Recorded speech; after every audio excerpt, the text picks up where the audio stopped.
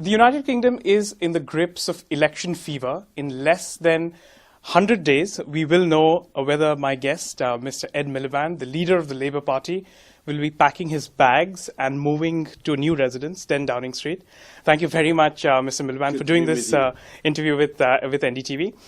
The one question I want to start this interview with is that, it's popular knowledge that whenever you wake up in the morning reading newspapers or looking at TV stories, we often see sustained kind of attack on you. Your adjectives like incompetent and somebody who's not prime ministerial material, and all of these things kind of come out regularly in the press. What do you have to say about this, and does this make you slightly worried about how it affects your image? Well, I don't mind however often I get attacked. What I care about is what's happening to the British people. And the stakes at this election are very, very high. They're about what kind of country we are, how we're going to be run. And I think for your viewers, it's about some basic things. Will my son or daughter have good opportunity? Am I going to be paid a decent wage? If I'm a small business, I'm going to get a decent situation in terms of business rates, so the health service. So that's what I care about. People can attack me all they like. What I care about is what's happening to the British people and fighting for them. Okay, and you believe that you don't have sort of an image problem? That's not the way I see it. No, I go around the country and I talk to people about their lives, and actually what people are most concerned about is, what are you going to do for me? How are you going to make my life better? How are you going to make a difference to me? And that's what I'm excited about. That's what this election campaign gives me the opportunity to do, to go around and talk to people about how we're going to change Britain. Okay. Mr. Miliband, I want to talk to you about, this is something that concerns our viewers directly. And, in 2010, more than 600 MPs were elected to Parliament. Out of that, less than 30 belonged to Asian and black ethnic minorities. Why is this not changing? And, recently news came out that out of 36 MPs who are retiring from Labour seats, only one was actually being replaced by somebody from the BME background. Why is that? Well, all political parties have to do better. I'm proud to have Sadiq Khan and Shukar Amuna in my shadow cabinet. I'm also proud that we are currently selecting 2 all ethnic minority female shortlists in both Edmonton and Bradford. I think that's a sign of our intent and determination to improve the situation. Labour has always done better than any other party in BAME representation, but we don't take anything for granted. We've got to go a long way further. And I'm determined to do that and to make sure we are a more diverse party and a more diverse parliamentary Labour Party. Okay. Mr. Miliband, let's turn our attention to India. And, last year, Prime Minister Modi came to power in India with a really huge majority.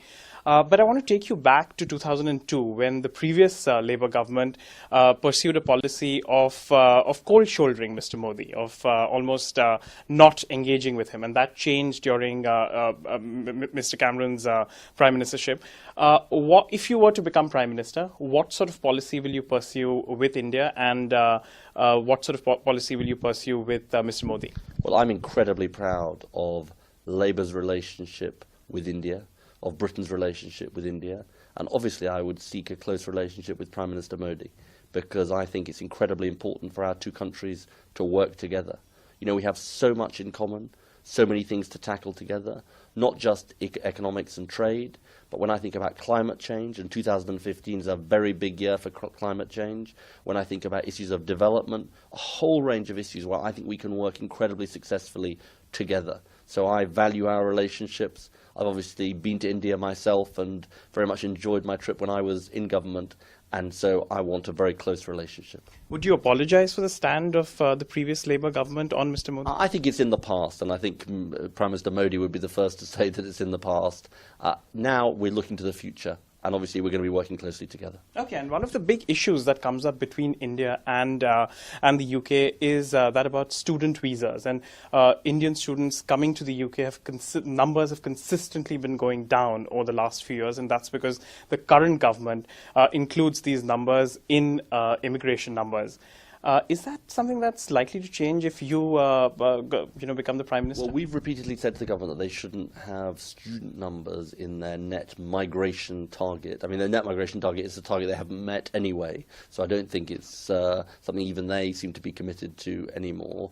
Look, I think it's important to welcome people here as students. I think they can make a real difference to our country and actually contribute to our higher education institutions, and so it's something absolutely to look at. Okay, and just before we wrap up, this is something that's really important, and that is, whenever there's trouble between India and Pakistan, both countries look to London, look to Washington for solutions. If you were to become Prime Minister, would you press Pakistan to stop its policy of exporting terrorism to India? And secondly, would you be open to negotiating on Kashmir? That is, being a country that's willing to negotiate with both countries sitting down on the table. Well, look, I think it's very, very important in these issues to maintain good relations with both India and Pakistan, and that's the starting point. And I value the relationships that Britain has with India, absolutely I do. I also value the relationships that Britain has with Pakistan. So that's where my focus is, and that's what I will be doing as Prime Minister. Okay, and one last question for viewers watching this on NDTV, Asian viewers. What would you say to them as somebody who wants them to vote and also to engage with the political process? What would you say to average Asian voters? And do you think ever that this country will have an Asian Prime Minister taking the top job? Absolutely. And what I would say to viewers is I hope you'll engage with this election. It's an important election.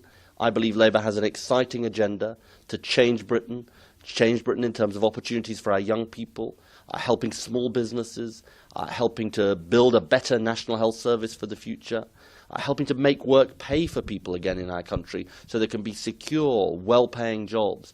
That's, I think, the agenda for the future. Please get involved with our party. We want your voice to make for a successful Labour Party and, most importantly, a successful Britain. Okay, and Mr. Miliband, despite having a really tiring day today, thank you very much for speaking to NDTV. Thank you very much. Thank you very much. I hope the next time we speak, you're in 10 Downing Street. I hope so too. Thank you very much. Okay. Thank you. Thank you.